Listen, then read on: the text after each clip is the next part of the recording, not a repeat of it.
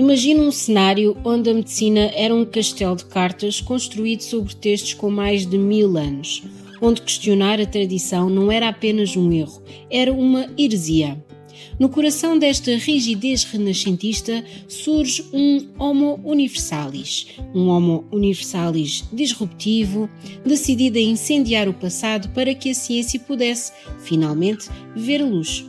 Estamos perante um homem que não apenas tratou doentes, mas que declarou guerra a 15 séculos de hegemonia médica num único ato de rebeldia pública. O seu nome original era tão vasto quanto a sua ambição.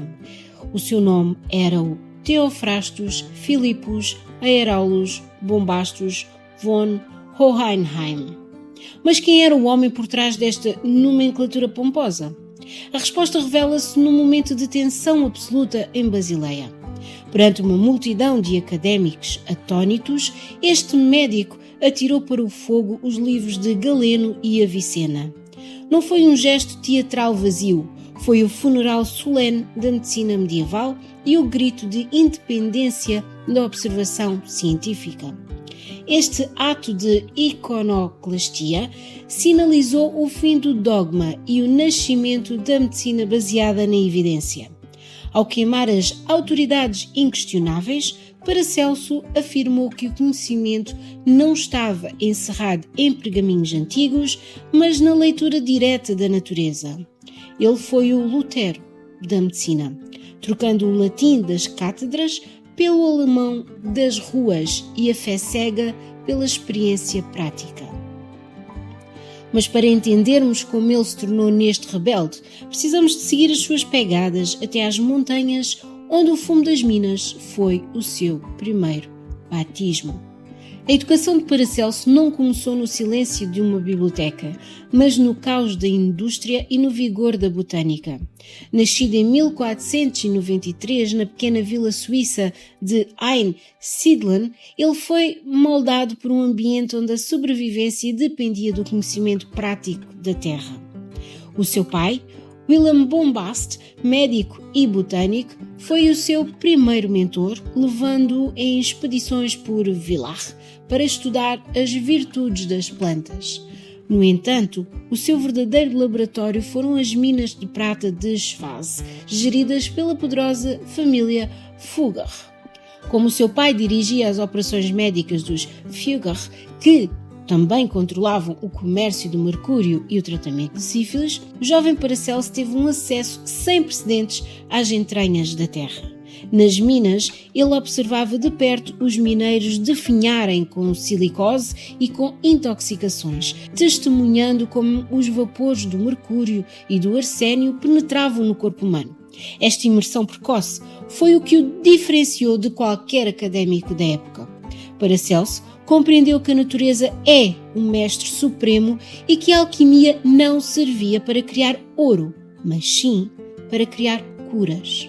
Ele viu a química como a linguagem da vida e os trabalhadores das minas como os seus melhores professores, estabelecendo a crença de que a verdade científica se encontra no fumo dos laboratórios e não no pó das estantes. Paracelso não era um homem de meias medidas. Para desafiar o sistema, ele primeiro dominou-o, obtendo o seu bacharelato na Universidade de Viena e mais tarde o seu doutoramento na prestigiada Universidade de Ferrara, em Itália. Foi nesta época que adotou o nome de Paracelso, Paracelsus, ou superior a Celso, o grande enciclopedista romano.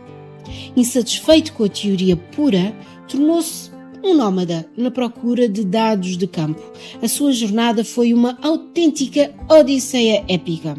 Das bibliotecas ancestrais de Alexandria às cortes de Constantinopla, das rotas da seda na Rússia e Polónia aos caminhos gelados da Escandinávia, passando por Espanha, Portugal e as ilhas de Creta e Rhodes. Ele não consultava apenas médicos, atenção, ele aprendia segredos de cura com curandeiros, com monges, com soldados e até com sem-abrigo. Esta recolha de dados culminou num triunfo em Basileia, onde realizou o impossível.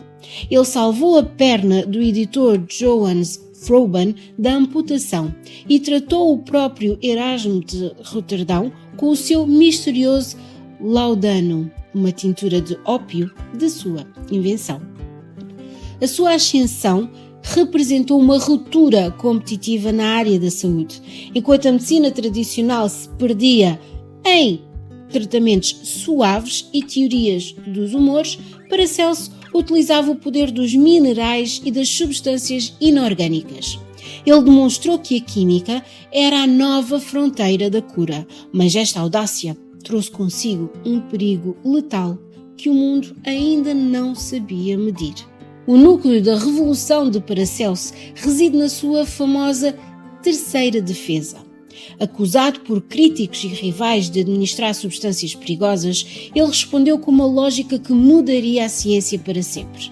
Ele deu ao mundo o axioma fundamental da toxicologia. Tudo é veneno e nada é sem veneno. Apenas a dose determina que uma coisa não seja um veneno. Para que todos compreendessem a constituição da matéria, ele criou assim a teoria da tria-prima. Imagina um pedaço de madeira a arder. O fumo que escapa e desaparece é o mercúrio, liquidez e volatilidade. A chama que consome e brilha é o enxofre, combustibilidade. E as cinzas que restam no solo são o sal e estabilidade. Esta visão permitiu-lhe transformar venenos em medicamentos de precisão. Ele foi o primeiro a utilizar o mercúrio de forma controlada para tratar a sífilis e o edema, que também atuaria como um diurético. Ele até batizou novos elementos, sendo a primeira pessoa a usar o termo zinco, que hoje tão bem conhecemos. Paracelso transformou a substância imortal numa ferramenta terapêutica, provando que o segredo da vida não estava no que se usava, mas sim na precisão com que se administrava. Foi o nascimento da farmacologia moderna sob o fogo do conflito. A vida turbulenta de Paracelso terminou em Salzburgo, em 1541, após anos de perseguição e viagens, mas o seu impacto foi póstumo e avassalador. O homem que foi o Lutero da medicina, por ensinar em alemão e abraçar o empirismo, deixou 3 pilares indestrutíveis. Pilar número 1. Observação versus dogma. A natureza e o paciente são os verdadeiros livros de estudo. Pilar número 2. Química na medicina. A introdução de metais e sais inorgânicos na farmacopeia. Pilar número 3. O princípio da dosagem. A fundação da toxicologia e da relação dose-resposta. Paracelso ensinou-nos que a ciência é um processo vivo de questionamento. Ao abraçar o paradoxo do veneno, ele não apenas descobriu novas curas, ele também ensinou a humanidade a olhar para a natureza com olhos críticos, com um olhar experimental e corajoso. Cada comprimido que tomamos hoje, com a sua dose exata, é um tributo ao rebelde que percebeu que a linha entre a morte e a vida é apenas uma questão de medida. Ficaste fascinada ou fascinado com a coragem de Paracelso? Este é apenas um dos rebeldes que ousaram desafiar o mundo para o salvar. Se quiseres descobrir mais histórias fascinantes, subscreve o canal e ativa as notificações.